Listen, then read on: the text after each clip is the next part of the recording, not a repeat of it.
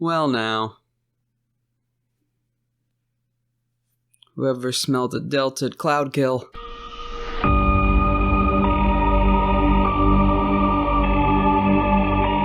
Fifth level Conjuration, casting time of 1 action, range of 120 feet, components verbal somatic, duration, concentration up to 10 minutes. You create a 20-foot radius sphere of poisonous yellow-green fog centered on a point you choose within range. The fog spreads around corners, it lasts for the duration, or until strong wind disperses the fog, ending the spell. Its area is heavily obscured.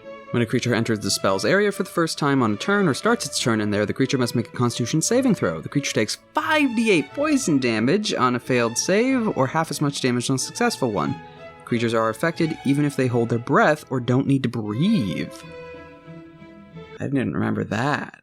Fog moves 10 feet away from you at the start of each of your turns, rolling along the surface of the ground. The vapors, being heavier than the air, sink to the lowest level of the land, even pouring down openings.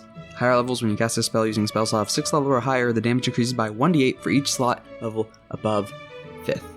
Okay, so I had entirely forgot that they didn't need to breathe to still be affected and take damage.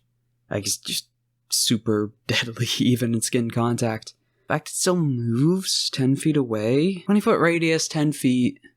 Could be good if it's down like a hallway or heading into a bunker. Oh yeah, it's 10 minutes. You don't have to be...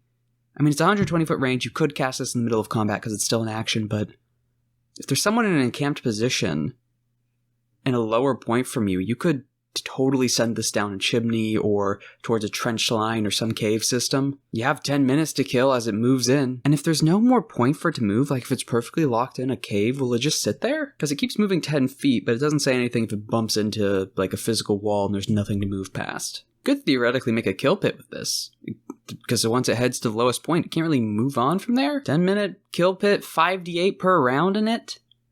That hurts.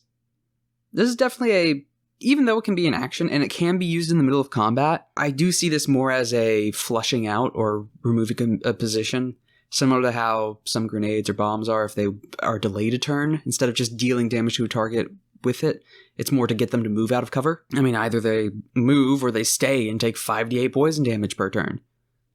That's gonna add up quick, especially over being able to hold it for 10 minutes. Dwarven mine, goblins in a cave, just setting up a trench or pit trap ahead of time.